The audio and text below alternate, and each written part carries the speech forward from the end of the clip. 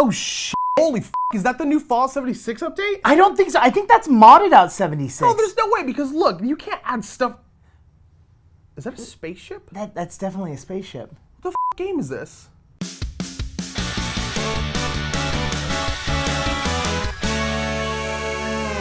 Hey everyone, welcome to GameGorgon. My name's Indigo. And I'm Krug. And today we're going to be talking about Fallout Outer World. You started saying Fallout and it didn't even click. It was just like, yeah, it's a Fallout. Yeah, Outer World, which is made by Obsidian Games. I swear I've played a game from them and I can't think of what it is. Yeah, you have. Here's a list of them. Now, before we go into details about the game, I do want to say I saw the trailer that they showed off, and they literally just rubbed it in. Like, they're like, hey, we're not... Oh, it's a meme. We're not Bethesda. Look at all the good games we made. It's single player with dialogue. Yeah. Look at our characters have personality and exist. We also made Fallout New Vegas. The original creators of Fallout. Like, I love it. And honestly, like, kudos to your marketing department. You clearly understand your audience. Oh, I bet you $5 that when all of the crazy stuff that was going on with Bethesda, they weren't even planning on releasing a trailer probably until 2019, Maybe. right? And they were like, oh shit, we gotta put some shit together. Well, that was the joke on the internet is somebody was like, so they were probably sitting there watching Bethesda like, hey, they just launched and there's a ton of bugs in their game. Do we want to release the trailer? And they're like, no, wait for it. Hey, they just had this huge issue over, all this. No, just wait. And then finally, right when they released customer information through their client support portal, they were like, do it, go, no. If you couldn't already tell, The Outer Worlds is a single-player RPG story-based game that's coming in 2019 at some point. Hopefully it doesn't get pushed back. Please don't push it back.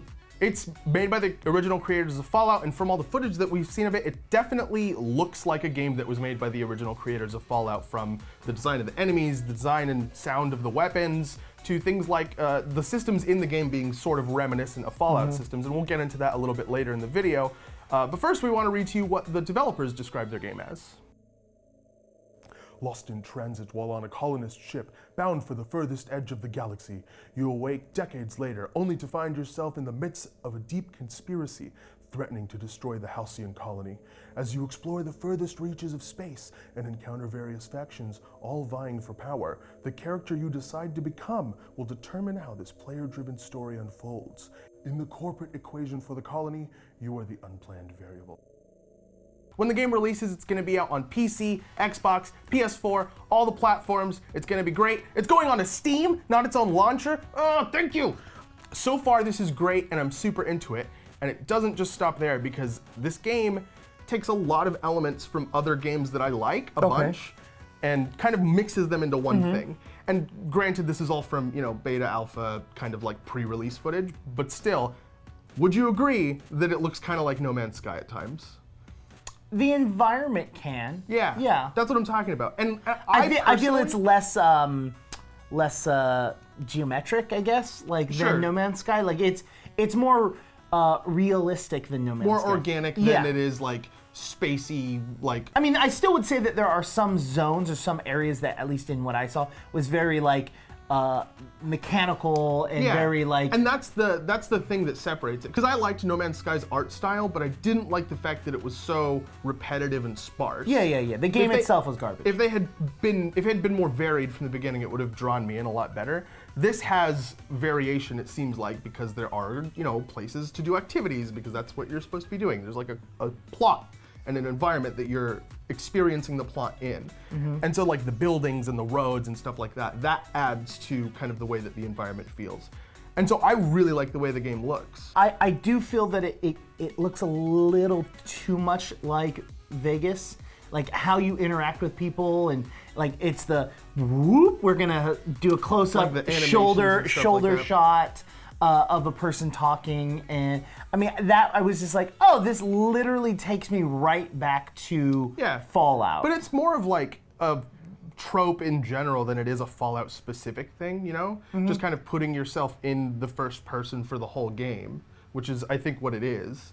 But I don't think that's a big complaint. No. I'm not saying it's like, wow, game's done, unbuyable, unplayable. Like, I'm You not heard saying it here first, everybody. No, what I'm just saying is like, I feel like they could have gone in a different direction or made it a little bit more interesting, other than kind of rehashing the same thing that we already know that they can do. That's fair. Next one, Borderlands. This game, from the trailer, feels like it does not take itself very seriously the same way that Borderlands does. Wondering what's going on, eh? One question first. Are you feeling anything that can be construed as explosive cell death? No? Wonderful.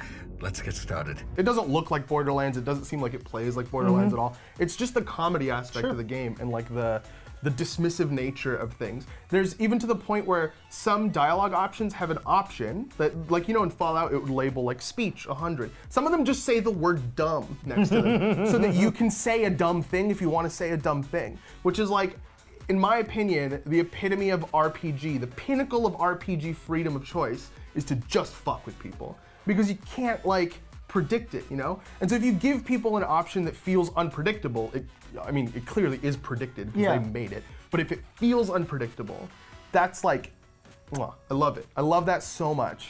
I did find that there was more humor in the trailer itself than like the gameplay footage. The gameplay footage, yeah. That was just kind of like, but there wasn't.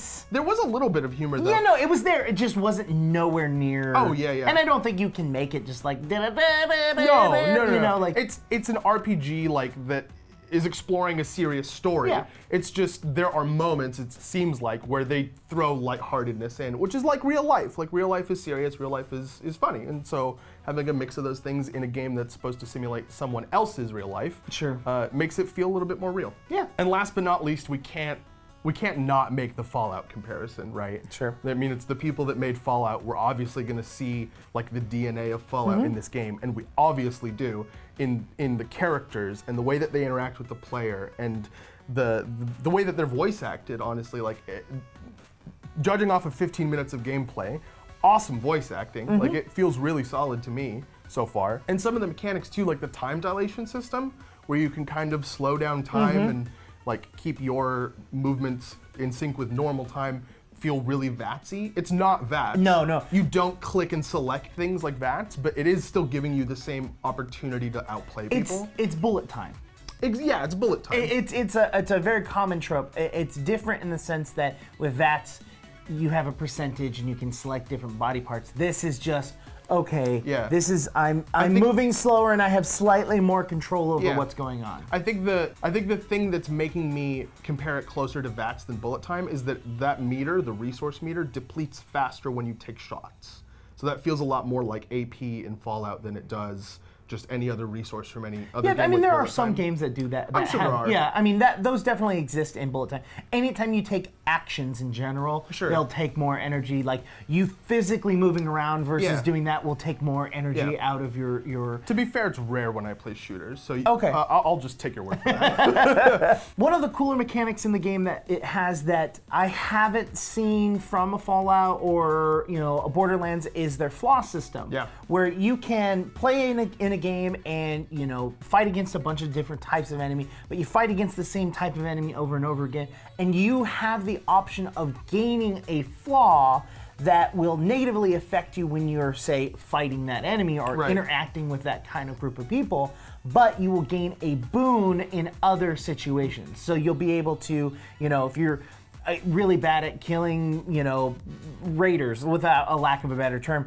you get like a higher percentage on your attacks or slightly higher damage on your attacks. Yeah, to be fair, the thing it gives you is just a perk point. Yeah. And then you can just kind of invest that wherever you feel the need to invest that. So if you are offered, and that's the other cool thing I like about the system, is that these flaws are offered to you. They're not things that you just generate as the game goes on and then you can't get rid of them. The game literally says, hey, we think that you should take this flaw, and it lists what the flaw is. And then you have the option to say, nah. And so you could just play the whole game without the system if that's not something you're interested in.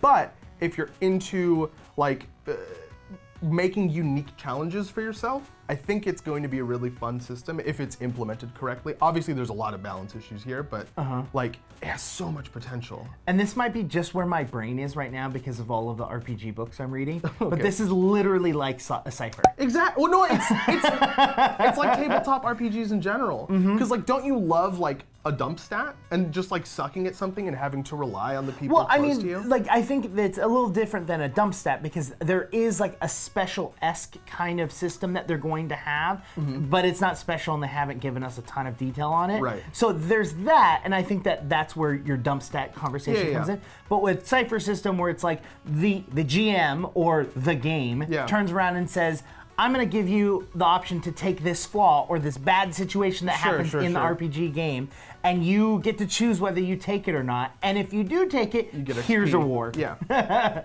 And I think that those are, when I was watching, I was like, wait, I have to watch it again because my brain, just too much is going on. Did I and open the wrong video? And I was like, oh my God, it's the same. This is awesome. I love hilarious. it. There's also going to be companions that you can get along the way. There aren't going to be any romance type things. Yes. Which I don't really care. I don't you'd use them when they exist, but whatever. If that's something that bothers you, now you know. We don't have tons of details on the companions, but we do know they're not just going to be standing next to you shooting. They're going to have their own unique set of abilities, and they're going to, in some way, buff your character. We don't know if that comes in the form of like extra damage, or if it's like when this companion's with you, you could breathe underwater. Like those more kind of engaging sorts of buffs. I'm really excited to see what they are. I'm really excited to see if they manage to do companions in such a way that it doesn't bother me as a player. Because Bethesda's games that have companions, they all kind of bug me a little bit. Like Oblivion, like they follow you around and get in front of door frames so that you can't walk through them, and just like that cliche NPC behavior that's really annoying. This is kind of new territory, and so I want to see if they hit the nail on the head. Yeah, and this is kind of where, like, my opinion of this game is it kind of reminds me of Mass Effect in this sense. Oh, fair, sure. You know what I mean? You have companions, you can swap them out. Depending on who you have on your team will give you, different dialogue options. But they'll also help you in combat in different ways. You have characters that will shield you, while some characters will run and gun and knock people out, which give you better options for different things.